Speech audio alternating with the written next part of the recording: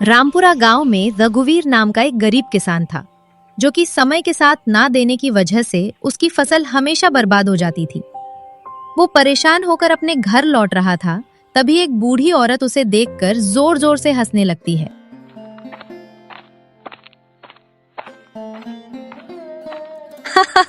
अरे कहाँ जा रहा है? तेरी तो कुछ ही दिनों में मृत्यु होने वाली है। ये कैसी बकवास बातें कर रही हो? ये भला कैसे हो सकता है? अरे मैं अभी तो अच्छा खासा हूँ, फिर मैं कैसे मरूंगा? मारने वाला कोई और नहीं बल्कि तेरा ही बेटा होगा। वो तुझे मारेगा और तेरे साथ तेरी पत्नी को भी, और साथ ही पूरे गांव पर खतरा बनकर टूटेगा।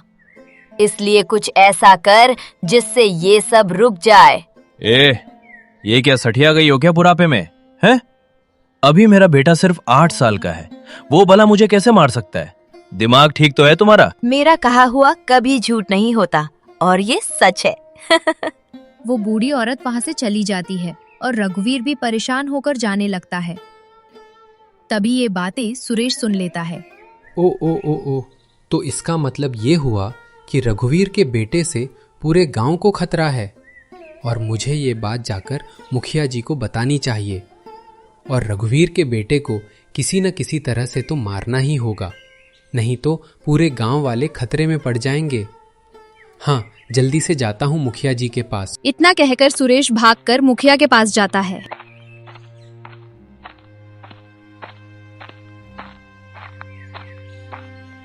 मुखिया जी, अरे मुखिया जी, गजब हो गया, गजब। अरे क्या हो गया? सांस तो ले ले, इतना हाफ क्यों रहा है? पहले शांत हो जा, फिर जो बात कहने आया है वो कहना। सांस ले, लंबी लंबी सांस ले। अब सुनिए मुखिया जी, रघुवीर का जो बेटा है ना, उसकी वजह से हमारे गांव में कहर बरसेगा, मौत का तांडव होगा, तांडव। एक तपस्वी बुढ़िया ने भविष्यवाणी की है, और उसने रघुवीर को ये बात बताई है। ओह, क्या बात कर रहा है? क्या वाकई में ऐसी भविष्यवाणी हुई है? ओह, तो फिर हमें इस पर जरूर कोई फैसला लेना होगा। वही तो मुखिया जी, उस एक बच्चे की वजह से हम पूरे गांव वाले मुश्किल में नहीं पड़ना चाहते। चलिए, मैं तो कहता हूं अभी के अभी उसे मारना चाहिए। ना रहेगा बांस, ना बजेगी बांसुरी। हाँ, हम ये बात तुम बिल्कुल ठीक कहते हो। चलो अभी चलते हैं। ऐसे ही कई गांव वाले इकट्ठा हो जाते हैं और सभी रघुवीर के घर जाते हैं, पर रास्ते में ही रघुवीर मिल जाता है। अरे, आप सब लोग यहाँ पे? क्या बात है, इतने परेशान क्यों लग रहे हैं? क्या समस्या है? देखो रघुवीर, हमने सुना है कि एक तपस्वी बुढ़िया ने तुम्हारे बेटे की भविष्यवाणी की है, जो कि ये है कि उसकी वजह से तुम्हारी और तुम्हारे पत्नी की भी मृत्यु होगी, और साथ ही साथ गांव में भी सभी की मृत्यु होगी। इस वजह से हम सब ने मिलकर यह फैसला किया है कि तुम्हें अपने बेटे को मारना होगा। क्या? ये आप कैसी बातें कर रहे हैं मुखिया जी? अरे वो मेरा इकलौता बेटा है, इकलौता, उसे मैं कैसे मार सकता हूं? क्या बात करते हैं आप? हाँ तो ठीक है, अगर तुम्हें अपने बेटे को मारने में दिक्कत है तो हम सब मिलकर तुम्हारे बेटे को मार देंगे। हमें कोई दिक्कत नहीं है, और हम तुम्हारे घर और जमीन पर कब्जा कर लेंगे और तुम्हें गांव से निकाल देंगे। क्या? अरे नहीं, ऐसा मत कहिए, ऐसा मत कहिए मुखिया जी, वो मेरी एकमात्र उम्मीद है। अगर आप सब उसे भी ले लेंगे तो हम तो जीते जी मर जाएंगे। हमारा घर परिवार सब कुछ तबाह हो जाएगा, सब नष्ट हो जाएगा। फालतू के रोने गाने से कुछ नहीं होगा। जल्दी से फैसला लो, या तो बेटे की कुर्बानी से पूरे गांव का भला होगा, या तुम्हारे पूरे परिवार को हम लोग मिलकर मारेंगे। हाँ मुखिया जी, बिल्कुल ठीक कह रहे हैं। हम सब तुम्हारे बेटे की वजह से खतरे में क्यों पड़े भाई? क्यों गांव वालों? हाँ। और नहीं तो क्या, हम खतरे में नहीं पड़ना चाहते। और सुनो, हमारा दिल बड़ा है, इसीलिए हम तुम्हें 1 दिन का वक्त देते हैं। 1 दिन के अंदर तुमने अपने बेटे को खत्म नहीं किया तो इसकी भारी कीमत तुम्हें चुकानी पड़ेगी। याद रखना ये बात। याद रखना। सभी वहां से चले जाते हैं और रघुवीर परेशान होकर घर पहुंचता है। अरे राम राम राम। अब मैं करूं तो करूं क्या? ये तो बहुत बड़ा संकट बन गया। अगर मैं अपने बेटे को नहीं मारता तो हमारी जमीन और घर सब चले जाएंगे और ऊपर से गांव वाले सब खतरे में पड़ जाएंगे। ये मैं कहां फंस गया? अब मैं क्या करूं, कैसे करूं, समझ नहीं आ रहा। क्या हुआ जी? आप इतने परेशान क्यों लग रहे हैं? सब ठीक तो है ना? गौरी, अरे मैं तुम्हें क्या बताऊं, तुमको पता है। आज मैं खेत से लौट रहा था तो एक बूढ़ी औरत मिली। उसने हमें बताया कि हमारा बेटा हम दोनों की हत्या करेगा और साथ ही पूरे गांव वालों पर कहर बनकर टूटेगा। ये कैसी बातें कर रहे हो? भला ऐसा थोड़ी ना होता है। हमारा बेटा तो अभी सिर्फ 8 साल का है। आप ये सब दिमाग से निकाल दीजिए। शायद कोई पागल औरत होगी। अरे नहीं भाई, वो कोई पागल औरत नहीं थी। क्या मैं पागल औरत को नहीं जानता क्या? वो बहुत बड़ी ज्ञानी, कोई तपस्वी महात्मा लग रही थी। मुझे उसकी बात माननी होगी। मुझे अपने बेटे को मारना होगा। ये आप कैसी बातें कर रहे हो? भला हमारा इकलौता बेटा है, हम उसे कैसे मार सकते हैं? वो भी एक पागल औरत के कहने पर। नहीं नहीं नहीं गौरी, कुछ भी हो जाए मैंने फैसला कर लिया है। मैं अपने बेटे को मार के रहूंगा। मैं एक जान के बदले पूरे गांव की जान को खतरे में नहीं डाल सकता। मैं सब बताना चाहती हूँ। ये सब जो हो रहा है, पर चाहकर भी आपको नहीं बता सकती। अब मैं क्या करूँ? अरे मुझे पूरे गांव को बचाना है गौरी। एक तरफ पूरा गांव है, एक तरफ मेरा परिवार, मेरा बेटा, मेरे कलेजे का टुकड़ा। हे भगवान, हे भगवान, ये कैसी दुविधा में डाल दी है। भगवान, एक तरफ है मेरा बेटा और एक तरफ है गांव वाले। मैं क्या करूं? किसकी सुनो, कहां जाऊं, क्या करूं? नहीं जी, ऐसा मत करिए। मैं अपने बेटे के बिना टूट जाऊंगी। मैं उसे बहुत प्यार करती हूँ और इसके बिना नहीं रह सकती। ऐसा मत कीजिए। तुम हिम्मत रखो भाग्यवान। हमारा बेटा सोचो, एक बेटा मरेगा तो ये उसकी मौत नहीं होगी, बल्कि बलिदान होगा। उसके बलिदान से हमारा पूरा गांव सुरक्षित होगा। मैं अपने बेटे की हत्या करके चैन से तो नहीं जी पाऊंगा, पर क्या करूं? मुझे ये करना ही पड़ेगा गौरी, करना ही पड़ेगा।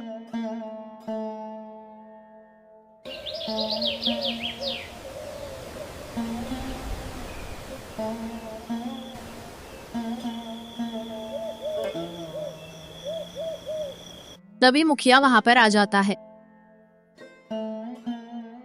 तो रघुवीर, आखिरकार तुमने क्या फैसला किया? तुम दोनों अपने बेटे की बलि दे रहे हो या नहीं? साफ साफ स्पष्ट बताओ। मुखिया जी, ये बहुत बड़ी दुविधा है। हमें थोड़ा वक्त दीजिए। हम आज ही अपने बेटे की बलि दे देंगे। बहुत अच्छे, बहुत अच्छे। तो ठीक है, गांव वालों के सामने अपने बेटे की बलि देना, ताकि सभी गांव वाले अपने आंख से देख सके कि हाँ, इस गांव की सबसे बड़ी मुसीबत खत्म हो गई है। नहीं मुखिया जी, मैं नहीं चाहती कि मेरे बेटे का खून कोई देखे।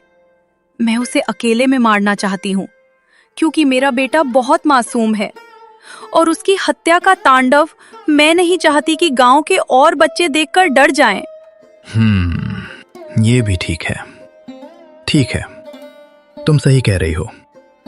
तो तुम अकेले में अपने बेटे की बलि दो, ठीक है? इतना कहकर मुखिया वहां से चला जाता है।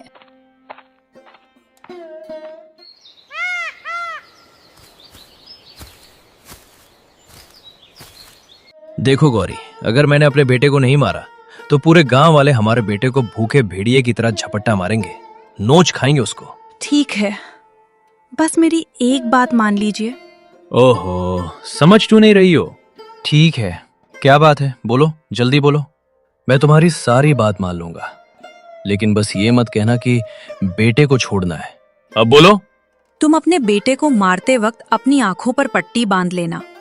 अगर तुम उसकी हत्या होते हुए देखोगे तो पूरी जिंदगी खुद को दोषी मानते रहोगे। हाँ, तुम सही कहती हो। ठीक, मैं ऐसा ही करूंगा। मैं आंखों पर पट्टी बांध दूंगा। ठीक है।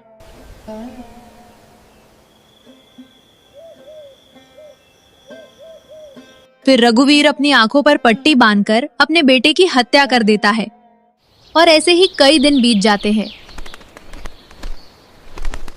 लेकिन रघुवीर खाना पीना सब छोड़कर बैठ जाता है। अरे मैंने ऐसा कौन सा कर्म किया था भगवान, जो मेरे हाथों मेरे ही इकलौते संतान की हत्या हो गई। मैं तो जीते जी मर गया, जीते जी अब जीने की बिल्कुल इच्छा नहीं है। अरे मुझे उठा लो, मुझको भी उठा लो, मुझको भी उठा लो।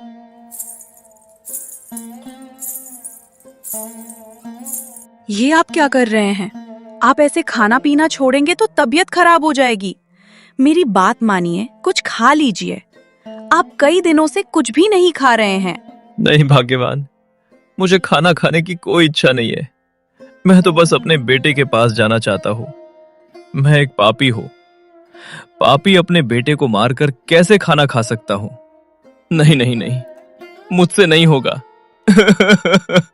रघुवीर फूट फूट कर रोता है। तभी मुखिया और कुछ गांव वाले आ जाते हैं।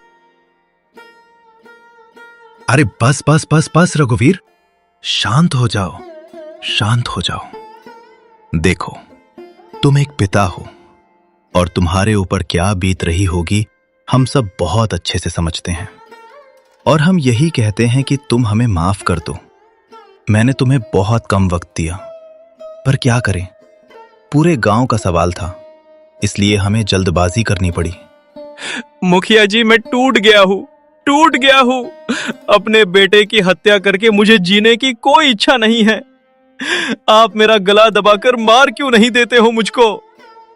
ए सुरेश, तू मार डाल। वो रखी है हसिया, काट दे मेरा गला। अपने हाथ से मैं अपनी मौत नहीं कर पा रहा। मार डालो मुझको, मार डालो, मार डालो।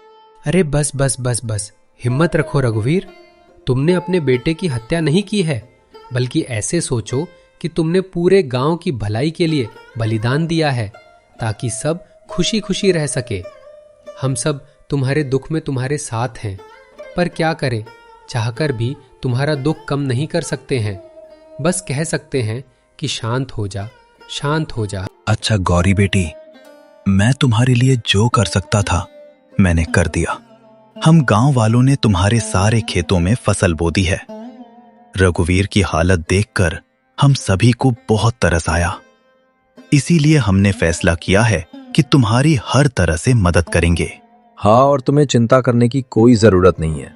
हम तुम्हारी फसल काट कर तुम्हारे घर पर ला भी देंगे, चिंता मत करना। आप सबका बहुत बहुत धन्यवाद, आपने हमारा साथ दिया। ओहो, इसमें धन्यवाद की क्या बात है?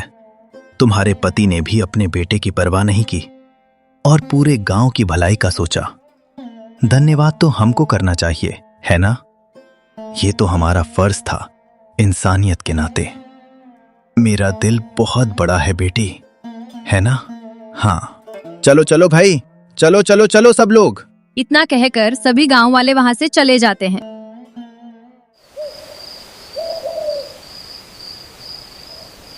वक्त आ गया है, मुझे अब उससे मिलना ही होगा।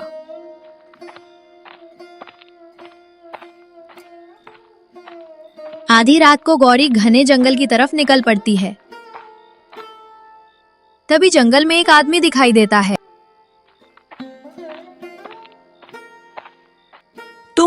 तुमने ये क्यों किया विक्रम?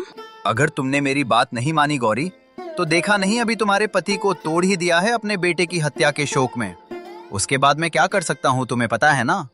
नहीं, तुम ऐसा नहीं कर सकते हो, ये ठीक नहीं है। हाँ, मेरे कहने पर तेरे पति के हाथों से तुम्हारे बेटे की हत्या करवा दी, तो समझ लो कि मैं और क्या क्या कर सकता हूँ। मैं जानती थी ये सब तुमने किया है, पर याद रखो, मैं भी इतनी जल्दी हार मानने वाली नहीं हूँ। तुम्हारे पास अभी भी समय है, मेरी बात मान ले गौरी, नहीं तो तुम्हारे पति को मैं मार दूंगा और फिर तुम्हारे पास और कोई रास्ता नहीं बचेगा मेरी बात मानने के सिवा, समझे? तुम ऐसा कुछ नहीं कर पाओगे। इतना कहकर गौरी हंसते हुए आगे बढ़ जाती है। ओह, इतना गुरूर! आखिरकार ये इतना मुस्कुरा क्यों रही है? क्या कहीं ये कुछ ऐसा तो नहीं जानती जो मुझे नहीं पता है? मुझे इसका पीछा करना चाहिए। जो कुछ भी छिपा है मुझे खुद ही पता चल जाएगा। हाँ। वो चुपके से गौरी का पीछा करता हुआ घने जंगल की ओर बढ़ जाता है। और गौरी घने जंगलों की ओर चली जाती है। कुछ दूर जाने के बाद उसे एक बैल मिलता है। आओ आओ आओ आओ। गौरी, तुमने अपना कार्य पूरा कर लिया? जैसा मैंने कहा था तुमने वैसा किया ना? तुमने जैसा कहा था मैंने वैसा ही किया। अब बताओ मेरा बच्चा कहाँ है? सुरक्षित तो है ना? तुम्हारा बच्चा बिल्कुल सही सलामत रखा हुआ है। देखो सामने जो एक गुफा है, उसी गुफा में तुम्हारा बच्चा है। तुम्हारा बहुत बहुत धन्यवाद। गौरी गुफा की तरफ निकल पड़ती है और जैसे ही गुफा में जाती है तभी उसका बेटा मोहन रोने लग जाता है। माँ, माँ, माँ, माँ, आप मुझे छोड़कर क्यों चली गई थी? बताओ ना, मैं आपको बहुत याद कर रहा था। मैं हर पल रो रहा था। अरे मेरे लाल, मेरे मोहन, मैं तो तुझसे कभी दूर हो ही नहीं सकती थी। हालात ने मुझे मजबूर कर दिया था। पर देख, तेरी माँ तुझे लेने आ गई है। माँ, मुझे बहुत डर लगता था। मैं सोचता था कि आप मुझे कभी वापस लेने नहीं आओगे और मुझे इस गुफा में बहुत डर भी लगता था। मुझे पिताजी की बहुत याद आती है। माँ, मुझे ले चलो ना पिताजी के पास, मुझे उनसे मिलना है। नहीं मेरे बेटे, मैं तुझसे दूर रह ही नहीं सकती। तू मेरी सासे है। अब चाहे कुछ भी हो जाए, मैं तुझे फिर कभी अकेला नहीं छोड़ूंगी। दोनों रोते हुए एक दूसरे को कसकर गले लगा लेते हैं। तभी उसका पीछा करते हुए वहाँ पर विक्रम आ जाता है। ओ, तेरा बच्चा तो मर गया था ना? फिर ये क्या चक्कर है? ये जिंदा कैसे है? जैसे तूने उस तांत्रिक बुढ़िया से मिलकर मेरे पति और गांव वालों को फंसाया था, उसी तरह मैंने अपने बच्चे को बचा लिया। अच्छा, तो तूने इस बच्चे को जान से मारा ही नहीं और इसे यहाँ छुपा कर रख दिया। क्यों रे, है ना? तू एक माँ की शक्ति को देख। एक माँ अपने ऊपर आ जाए तो अपने बच्चों को कहीं से भी बचा लेती है। फिर तू तो एक धोखेबाज है। तेरी वजह से मैं अपने बच्चे की बलि चढ़ने देती। ये कौन है माँ? और ये इस तरह से बातें क्यों कर रहा है? कौन हो तुम? चले जाओ यहाँ से, समझे? कुछ नहीं बेटा, बस ये एक गंदे किस्म का आदमी है जिसके बारे में ना ही जानो तो ही बेहतर रहेगा। मैं तेरी अकल अब ठिकाने लगाता हूँ। मैं जाकर गांव वालों को तुम्हारी सारी सच्चाई बता दूंगा, जिससे कि वो खुद ही तुम्हें, तुम्हारे बेटे और तुम्हारे पति को मार देंगे। अब तू देख मैं क्या करता हूँ। बड़ी आई चालबाज। तू ऐसा कभी नहीं कर पाएगा। मैं ऐसा ही करूंगा। तू मुझे कभी नहीं रोक पाएगी। अब देख तेरा असली चेहरा कैसे सबके सामने आता है। रुक जा तू अब। इतना कहकर विक्रम वहाँ से भागकर गांव की तरफ चला जाता है। माँ, वो तो गांव की तरफ जा रहा है। अब क्या होगा हमारे साथ? कहीं सच में गांव वाले मुझे मार तो नहीं देंगे ना माँ? नहीं माँ, मैं अभी नहीं मरना चाहता। मैं आपके साथ और पिताजी के साथ रहना चाहता हूँ। आपके साथ खेलना चाहता हूँ। नहीं मरना मुझे माँ, नहीं मरना। कुछ नहीं होगा बेटा, मैं हूँ ना, तुम्हें कुछ नहीं होने दूंगी। तभी वहाँ पर बैल आ जाता है। सुनो, वो जाकर अब गांव वालों को तुम्हारी सच्चाई बता देगा, जिससे कि गांव वाले गुस्से में आग बबूला हो जाएंगे और तुम्हारे बेटे को जान से मार सकते हैं। अब मैं क्या करूं? अब मैं गांव वालों का गुस्सा कैसे शांत करूंगी? वो लोग तो विक्रम की बात सुनकर मेरे बेटे के साथ पता नहीं क्या करेंगे। तुम ही मुझे कोई रास्ता बताओ ताकि मैं अपने बेटे को बचा सकूं। सुनो, मैं तुम्हें एक फूल के बारे में बताता हूँ। वो एक ऐसा फूल है जिसकी खुशबू से गांव वाले तुम पर गुस्सा नहीं करेंगे और तुम्हारी बातें आराम से सुनेंगे। ठीक है, पर वो फूल कहाँ होगा? मुझे बताइए। मुझे वो फूल चाहिए ताकि मैं गांव वालों को सब बात समझा सकूं। सुनो, फूल पाने के लिए तुम्हें कोई कीमती चीज उसके पास देना होगा, क्योंकि बिना कीमती चीज दिए वो फूल नहीं देता है। मेरे पास अभी कुछ कीमती नहीं है सिवाय मेरे प्राण के। मैं अपने प्राण देने को तैयार हूँ, बस मुझे वो फूल ला दो। ठीक है, वो फूल लाकर देता हूँ। तुम यहीं रुको, मैं लेकर आता हूँ।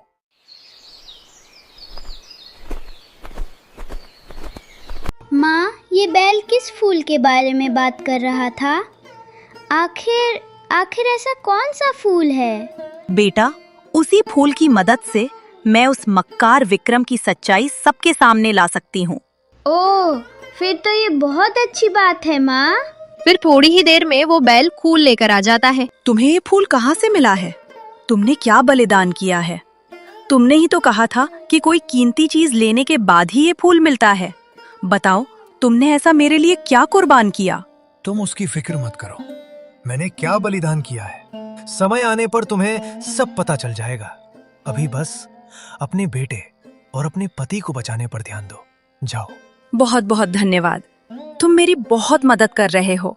तुमने भी तो मेरी बहुत मदद की है ना, ये तो मेरा फर्ज है। जाओ जाओ जाओ जाओ जाओ जाओ। माँ, ये बैल कौन था?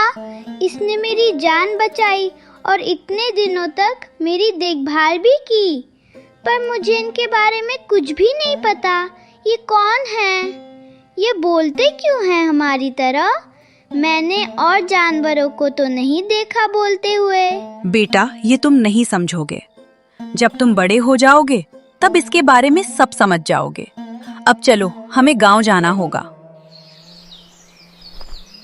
गौरी और मोहन वहाँ से निकल जाते हैं।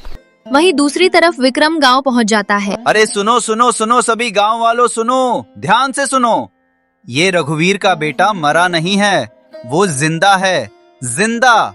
उसकी पत्नी ने हम सबको धोखा दिया है, क्योंकि उसने अपने बेटे को जिंदा रखा और हमें मौत के तांडव में डाल दिया। इसकी वजह कोई और नहीं बल्कि रघुवीर की पत्नी है।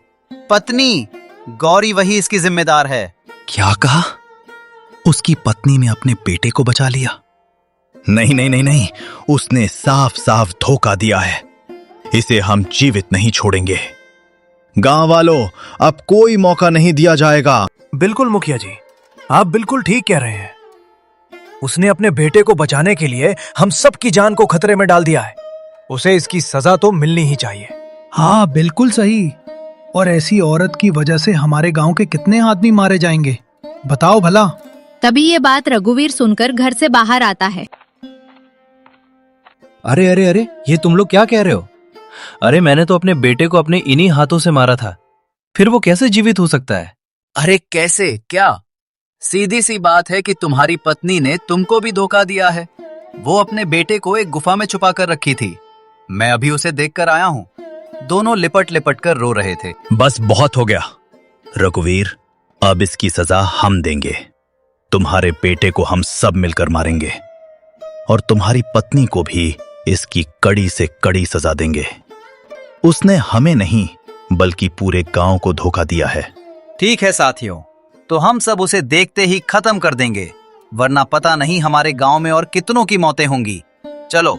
तभी गौरी अपने बेटे के साथ वहाँ पर आ जाती है और एक गांव वाला चाकू लेकर दौड़ता है और मोहन को मारने की कोशिश करता है। तभी गौरी वो फूल निकालकर उस व्यक्ति के आगे रख देती है। गांव वाले फूल की खुशबू से शांत हो जाते हैं और वहीं रुक जाते हैं। हाँ, ये तुमने क्या किया? हमारे गांव वालों पर तुमने काला जादू किया है क्या? मुखिया जी, शांत हो जाइए। हमने कोई काला जादू नहीं किया। ये इस फूल की खासियत है कि एक गुस्से वाले आदमी को शांत कर देता है।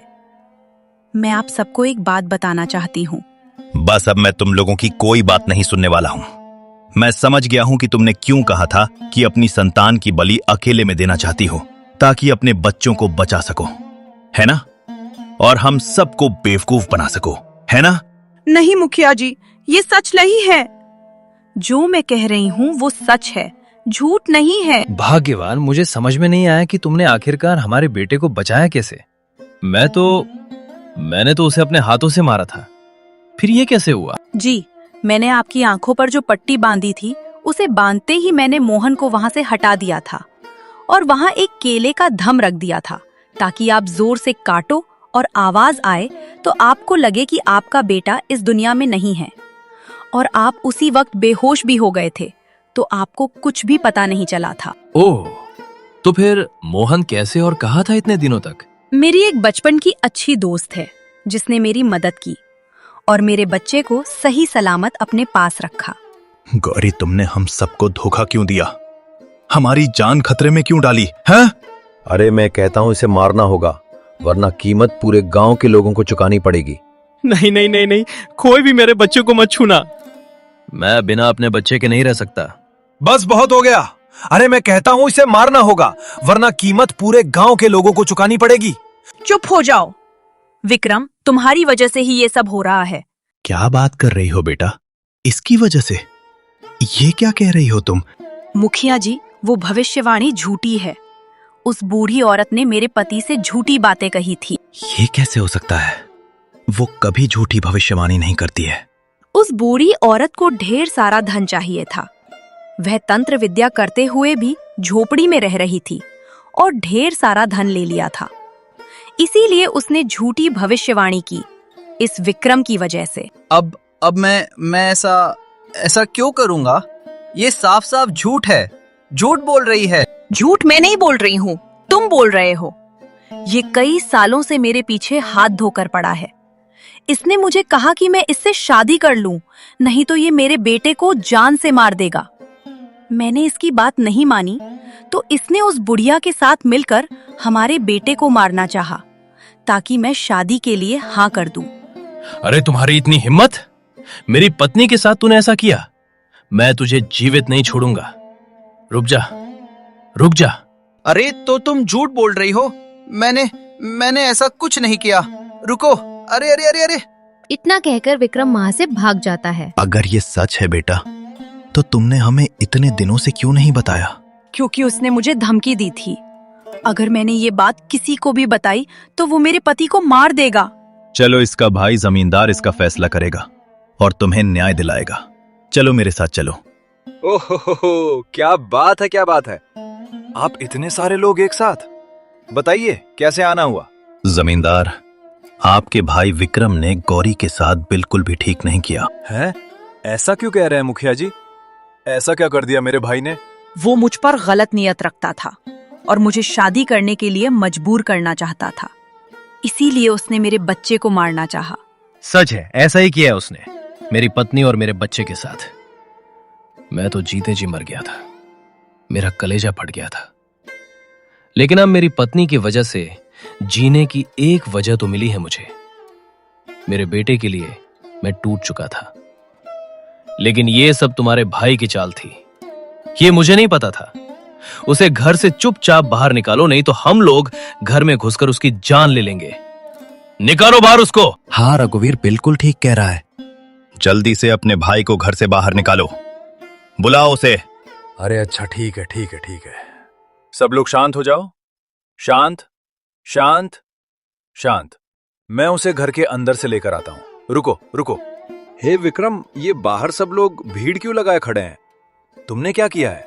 जी, आप तो हर वक्त मेरे देवर के पीछे रहते हैं। ये मासूम है, ये भला क्या बिगाड़ सकता है? अरे तू तो चुप कर भाग्यवान, ये सब तेरे ही लालच और प्यार का नतीजा है। ज्यादा लाड कर रही थी ना उसको। ले अब। हाँ, नहीं तो अगर मैंने कोई फैसला नहीं लिया तो सभी हमारे घर में घुसकर तोड़ फोड़ कर देंगे और इसको मारेंगे अलग से। भैया भैया, मैंने कुछ नहीं किया। ये सब लोग झूठ बोल रहे हैं। अच्छा, तो पूरा गांव एक साथ मिलकर झूठ बोल रहा है और तू एक अकेला राजा हरिश्चंद्र की औलाद है जो सच का देवता बना बैठा है। क्यों रे झूठे हैं? जमींदार विक्रम को खींचते हुए घर से बाहर लेकर आता है। आप छोड़ दीजिए मेरे देवर को। उसके साथ ऐसा क्यों कर रहे हैं? ये गांव वाले सब झूठ बोल रहे हैं। ये मेरे देवर की खूबसूरती से जलते हैं। उनकी बातों पर विश्वास मत कीजिए। अरे चुप रहो। अगर एक शब्द और बोली ना तो मुझसे बुरा कोई नहीं होगा। इसलिए शांत होकर घर के अंदर चली जाओ। जाओ। अरे तू रुक जा, मैं तुझे अभी जीवित नहीं छोड़ूंगा। अरे तेरी हिम्मत कैसे हुई मेरे परिवार के साथ ऐसा करने की? तेरी तो रुक जा। अरे बस बस बस बस बस, ठीक है ठीक है ठीक है। रुको रुको, शांत शांत शांत। मैं अपने भाई को गांव और घर दोनों से निकालता हूँ। ये मेरा फैसला है। क्या? ये आप क्या कर रहे हैं भैया? भैया भैया भैया भैया, मैं कहाँ जाऊंगा? मैं तो किसी को जानता भी नहीं हूँ। मुझे माफ कर दो, मुझसे गलती हो गई। अब से मैं कभी ऐसा नहीं करूंगा। माफ कर दो भैया, माफ कर दो। शांत हो जा। तुझे ये सब कुछ, ये पूरा का पूरा कांड करने से पहले सोचना चाहिए था। अब गांव में ऐसी हरकतें मत करना। चुपचाप यहां से निकल जा। हमें तुझसे कोई मतलब नहीं। ना हम तुझे जानते, ना तू हमें जान। बस जा यहां से। विक्रम वहां से चला जाता है।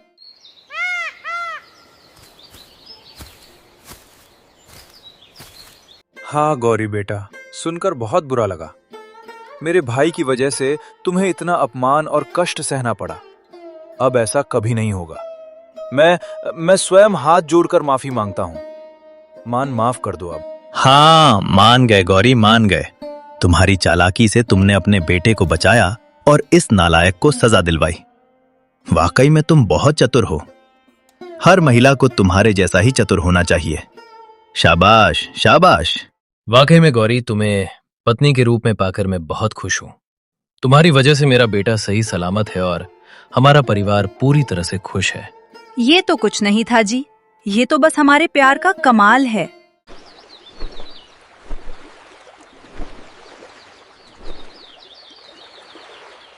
माँ, पिताजी, आप लोग कहाँ गए थे? मैं कब से आपका इंतजार कर रहा था।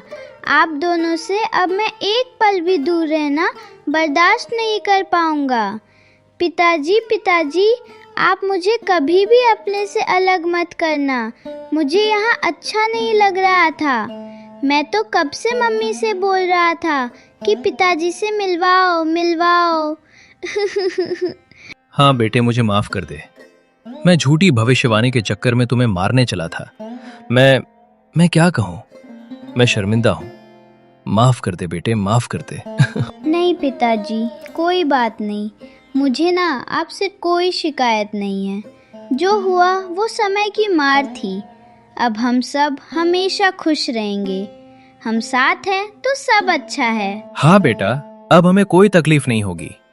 उस दिन के बाद से गांव वाले उस बुढ़िया की भविष्यवाणी पर यकीन नहीं करते थे और उसे भी गांव से बाहर कर दिया गया था और फिर सभी खुशी खुशी रहने लगे थे। अगर आपको हमारी कहानी पसंद आई हो तो हमारे चैनल हॉलीडे टून्स को सब्सक्राइब जरूर करें।